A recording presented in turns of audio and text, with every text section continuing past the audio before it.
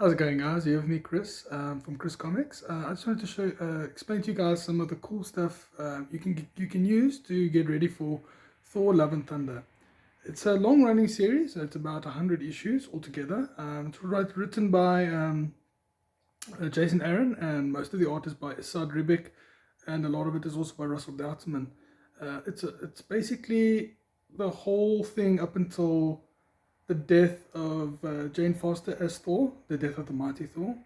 Now, this series starts with Thor God of Thunder. It runs from issue 1 to 25. There is a bunch of hardcovers and collected editions available for that as well. Now, that would be the best place for you guys to start reading Thor, that whole Thor run, getting ready for Thor Love and Thunder. The movie does, from what I understand, a very good job explaining the whole transition from her becoming Thor and everything as well, and then having a good relationship after the fact as well. She was missing for the last few films. I think it's under contractual obligations and stuff like that. But back to the comics. The comic starts with Thor God of Thunder back in the Viking days. Basically, just doing what he does. Raiding, pillaging, having relations. But the whole story is very good, and it really delves into what it means to be a god to Thor, because for a long time in the Thor comics it was like just hail warriors well met, and he just beats up the villain. But in the Thor the book that from Jason Aaron that he does, Thor God of Thunder, it really explores all that and delves into what it actually means for Thor to be the God of Thunder. And it's not just his fascination with just fighting, revelry, and stuff like that. It's evolved a long past that.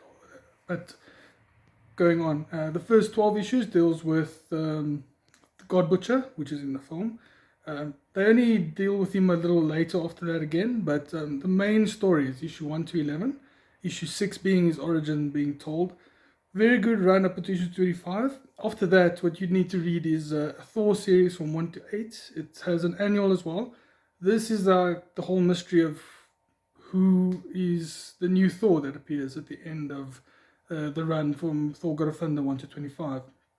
That is explained through a series called Original Sin. Original Sin was also another event series written by Jason Aaron, basically going through an event where the Watcher is assassinated, and all the heroes from the Marvel Avengers and Fantastic Four need to find out, okay, well, what happened, who killed him, and so on. So during that whole story, Nick Fury whispers something to Thor, and he loses his ability to actually wield the hammer, and that is not explained until much later. And then basically you read Thor 1 to 8. That explains who is the new wielder of the hammer, because she picks it up, she shows up.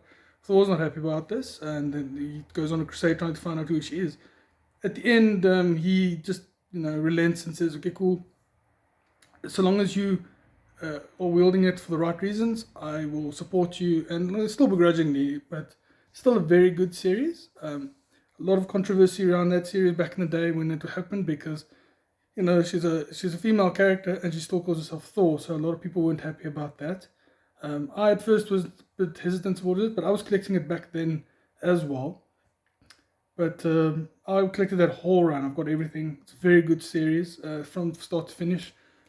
Some stumbles along the way, but it's overall a very good series. Then, long story short, then you read Thor, Mighty Thor. It's also 1 to 23 is the whole series. Now that series continues from the revelations at the end of Thor 1 to 8 by Jason Aaron, explaining, okay, cool, so what is actually happening with Jane is that she's suffering from cancer, and she picked up this hammer. It was calling out to her, and it basically, every time she uses it, it gives her the power of Thor, and then takes away her cancer, or the effects of it for a while. But what it also does is that the negative effect is that if she gets chemo, it'll take away the chemo. All the poisons in your body it takes away. So every time she turns back to Jane, she still has the cancer. So the whole drama throughout the whole series of the Mighty Thor with her is, will she ever beat the cancer, because her reliance on the hammer is basically making that she can't beat the cancer essentially. So she is basically tied to the hammer. It's like a symbiotic relationship. Now, the whole thing culminates in a very good story called The Death of Thor. But before that, you have to go back to Unworthy Thor. It's also 1 to 5 issues. Then Jason Aaron goes back to Thor, regular Thor. He's journeying to get the Stormbreaker hammer, to replace, because he doesn't have Mjolnir at the moment. So he's basically going to get that to be actually an effective hero again for the Avengers and stuff like that, because he feels useless at this point. He's still powerful, but not as he once was, obviously. So in that series, he gets that hammer, and then in Thor, the end of Mighty Thor, it culminates in a story called The Death of the Mighty Thor, which is also issue 700 to 706, I believe. That story deals with a character called the Mangog. Now, the Mangog was released by another character called Malekith. Malekith you probably know from Thor the Dark World, which is not a great movie, but Malekith is actually a very good villain in the series. He's actually the main villain of this whole saga. It's like 100 issues just leading up to his big event, which is very cool. I'll obviously tag everything in this video so you guys know what I'm talking about. So yes, so 700 to 706, Thor, Mighty Thor, Odin and Freya all fight the Mangog. Actually, the whole of Asgard gets blown up by this whole battle, because the Mangog is just pure rage from basically every citizen that got, or every person, sentient being that got wronged essentially by gods and Asgard especially, because they feel like aggrieved by all that. So it's like a pure form of rage into a being that is so powerful. Not even Odin, the Odin Force, Thor Force, anything can fight it. And at the end of the story, Jane has to basically sacrifice herself, and the hammer, which is later is explained, is a sentient storm, like cosmic storm, formed into, captured into an Uru metal shell. So basically, that is all she does. She fights to the bitter end, revealing who she is to Thor at the very end, and then basically sacrificing herself, which is a very poignant and sad scene, but it's also very earned, and it is a very powerful moment as well. Later, though, it is revealed that she is still alive and she just has new powers going forward and stuff like that, which is very cool. I thought it was kind of a cop-out at the end, but still a decent series. And yeah, it's a very good series. I think everyone should read up until there at least. Very cool, and you could end it there if you really wanted to. Now, for the final little bit of this saga, or almost final saga, you read like Thor.